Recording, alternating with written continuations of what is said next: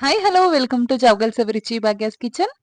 ಇವತ್ತಿನ ವಿಡಿಯೋದಲ್ಲಿ ನಾನು ತುಂಬಾನೇ ಟೇಸ್ಟಿ ಆಗಿರುವಂತ ತರಕಾರಿ ಉಪ್ಪಿಟ್ಟನ್ನ ತಗೊಂಡ್ ಬಂದಿದ್ದೀನಿ. ಈರುಳ್ಳಿ ಹಾಕ್ದೇನೆ ಉಪ್ಪಿಟ್ಟನ್ನ ಯಾವ ತರ ಮಾಡೋದು ಅಂತ ಇವತ್ತಿನ ವಿಡಿಯೋದಲ್ಲಿ ನೋಡ್ತಾ ಹೋಗೋಣ.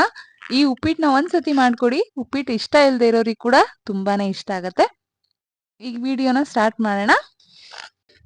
ಮೊದಲಿಗೆ 1 ಕಪ್ ಅಷ್ಟು ಬಾಂಬೆ ರವೆನ ತಗೊಂಡಿದ್ದೀನಿ, ಮೀಡಿಯಂ ರವೆ. ಇದನ್ನ ಸ್ವಲ್ಪ ಘಮ ಬರೋಷ್ಟು ಹುರ್ಕೊಳ್ಬೇಕಾಗತ್ತೆ. ಇದ್ರ ಜೊತೆಗೆ ಒಂದ್ 2 ಕಡ್ಡಿ ಕರ್ಬೇವಿನ ಸೊಪ್ಪು ಕೂಡ ಹಾಕೊಂಡಿದ್ದೀನಿ. ತೀರಾ ಬ್ರೌನ್ ಆಗೋದ್ ಬೇಕಿಲ್ಲ, ಜಸ್ಟ್ ಒಂದ್ ಘಮ ಬಂದ್ರೆ ಸಾಕು.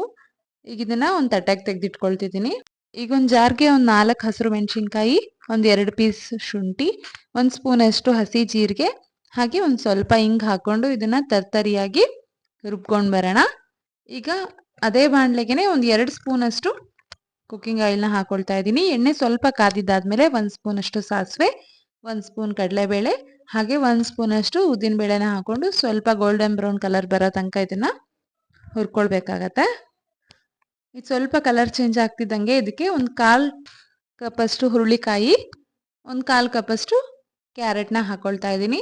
ಇದೆರಡನ್ನೂ ತುಂಬಾನೇ ಸಣ್ಣದಾಗಿ ಹೆಚ್ಕೊಳ್ಬೇಕಾಗತ್ತೆ, ಯಾಕೆಂದ್ರೆ ನಾವು ಇದನ್ನ ನೀರು ಹಾಕಿ ಬೇಯಿಸ್ಕೊಳ್ತಿಲ್ಲ, ಎಣ್ಣೆನಲ್ಲೇನೆ ಫ್ರೈ ಮಾಡೋದ್ರಿಂದ ತುಂಬಾನೇ ಸಣ್ಣದಾಗಿ ಹೆಚ್ಕೊಂಡ್ರೆ ಬೇಗನೆ ಫ್ರೈ ಆಗತ್ತೆ. ಇದು ಸ್ವಲ್ಪ ಫ್ರೈ ಆಗಿದ್ದಾದ್ಮೇಲೆ ಇದಕ್ಕೆ ನಾನು ಮಸಾಲೆ ರುಬ್ಬಿಟ್ಕೊಂಡಿದ್ವಲ್ಲ ಹಸಿರು ಮೆಣಸಿನ್ಕಾಯಿ ಖಾರ, ಅದನ್ನ ಹಾಕೊಳ್ತಾ ಇದ್ದೀನಿ.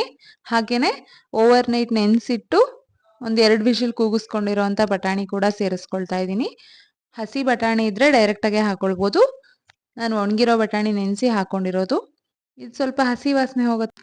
ಫ್ರೈ ಮಾಡ್ಕೊಂಡಿದ್ದಾದ್ಮೇಲೆ 1 ಕಪ್ ರವೆಗೆ 3 ಕಪ್ ಅಷ್ಟು ನೀರು ಹಾಕೊಳ್ತಾ ಇದ್ದೀನಿ. 3 ಕಪ್ ನೀರು ಜಾಸ್ತಿ ಏನಾಗೋದಿಲ್ಲ. 3 ಕಪ್ ಹಾಕೋದ್ರಿಂದ ಉಪ್ಪಿಟ್ಟು ತುಂಬಾನೇ ಸಾಫ್ಟ್ ಆಗಿ ಬರುತ್ತೆ. ಈಗ ಇದಕ್ಕೆ ರುಚಿಗೆ ತಕ್ಕಷ್ಟು ಉಪ್ಪು ಹಾಕೊಳ್ತಾ ಇದ್ದೀನಿ. 1 ಸ್ಪೂನ್ ಅಷ್ಟು ಉಪ್ಪು, ಹಾಗೆ 1 ಸ್ಪೂನ್ ಅಷ್ಟು ಸಕ್ಕರೆ ಕೂಡ ಸೇರಿಸ್ಕೊಳ್ತಾ ಇದ್ದೀನಿ. ನೀರು ಸ್ವಲ್ಪ ಕುದಿಯಕ್ಕೆ ಬಂದಾದ್ಮೇಲೆ ಇದಕ್ಕೆ ಒಂದು 1/4 ಕಪ್ ಅಷ್ಟು ತೆಂಗಿನಕಾಯಿ ತುರಿನ ಹಾಕೊಳ್ತಾ ಇದೆ. ಹಾಗೆ ಸ್ವಲ್ಪ ಕೊತ್ತಂಬರಿ ಸೊಪ್ಪು, ಹಾಗೆ ಒಂದು ಅರ್ಧ ನಿಂಬೆ ಹಣ್ಣಿನ ರಸನ ಹಿಂಡ್ಕೊಳ್ಳೋಣ ಈಗ್ಲೇನೆ. ಇದು ಚೆನ್ನಾಗಿ ಒಂದು ಕುದಿ ಬಂದಿದ್ದಾದ್ಮೇಲೆ ಇದಕ್ಕೆ ಹುರಿದಿಟ್ಕೊಂಡಿರೋಂಥ ರವೆನ ಸ್ವಲ್ಪ ಸ್ವಲ್ಪನೇ ಹಾಕೊಂಡು ಕೈ ಆಡಿಸ್ಕೊಳ್ಬೇಕಾಗತ್ತೆ. ರವೆ ಹಾಕೊಳ್ತಾ ಕೈ ಆಡಿಸೋದ್ರಿಂದ ಗಂಟೆ ಆಗೋದಿಲ್ಲ. ಈಗ ರವೆ ಸ್ವಲ್ಪ ಬೇಯೋದಕ್ಕೆ ಬಿಟ್ಬಿಡೋಣ. ಇದು ಒಂದ್ ಕಡೆಯಿಂದ ಕೂಡಿಸ್ಕೊಂಡು ಒಂದು ಲಿಡ್ ಕ್ಲೋಸ್ ಮಾಡಿ ಒಂದ್ 2 ನಿಮಿಷ ಇದನ್ನ ಬೇಯಿಸ್ಕೊಳ್ಬೇಕಾಗತ್ತೆ. ನೋಡೋದಕ್ಕೆ ತುಂಬಾ ಮೆಡ್ಡೆ ಆಗ್ತಿದೆ ಅಂತ ಅನ್ಸುತ್ತೆ, ಆದ್ರೆ ತುಂಬಾನೇ ಸಾಫ್ಟ್ ಆಗಿರುತ್ತೆ ಉಪ್ಪಿಟ್ಟು. ನಾವು ಒಂದ್ಸತಿ ಬಾಯಿಗೆ ಇಟ್ಟ ತಕ್ಷಣನೇ ಕರ್ಗೋಗುತ್ತೆ, ಅಷ್ಟು ಸಾಫ್ಟ್ ಆಗಿ ಬಂದಿರುತ್ತೆ ಉಪ್ಪಿಟ್ಟು. ಹಾಗೇನೆ ಬೆಳಿಗ್ಗೆ ಉಳ್ದಿದ್ದು ಮಧ್ಯಾಹ್ನಕ್ಕೆ ತಿಂತೀನಿ ಅಂದ್ರೂ ಕೂಡ ಇದೇ ಸಾಫ್ಟ್ನೆಸ್ಸೇ ಇರುತ್ತೆ. ಅಕಸ್ಮಾತ್ ಇಷ್ಟು ಸಾಫ್ಟ್ ಬೇಡ, ನಂಗೆ ಉದ್ರುದ್ರಾಗೆ ಬೇಕು ಅಂತಂದ್ರೆ ಬೇಕಿದ್ರೆ 2.5 ಲೋಟದಷ್ಟು ನೀರನ್ನ ಹಾಕೊಳ್ಬೋದು.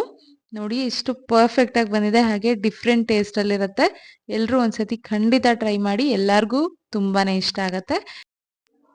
ನಾನು ಇದನ್ನು ಉಪ್ಪಿನಕಾಯಿ ಜೊತೆ ಸರ್ವ್ ಮಾಡ್ತಾ ಇದ್ದೀನಿ. ವಿಡಿಯೋ ಯಾರಿಗೆಲ್ಲ ಇಷ್ಟ ಆಯಿತು ಪ್ಲೀಸ್ ಲೈಕ್ ಮಾಡಿ, ಹಾಗೆ ಇನ್ನೂ ಯಾರ್ಯಾರು ನಮ್ಮ ಚಾನಲ್ ಸಬ್ಸ್ಕ್ರೈಬ್ ಮಾಡ್ಕೊಂಡಿಲ್ಲ ಪ್ಲೀಸ್ ಸಬ್ಸ್ಕ್ರೈಬ್ ಮಾಡ್ಕೊಳ್ಳಿ. Thank you.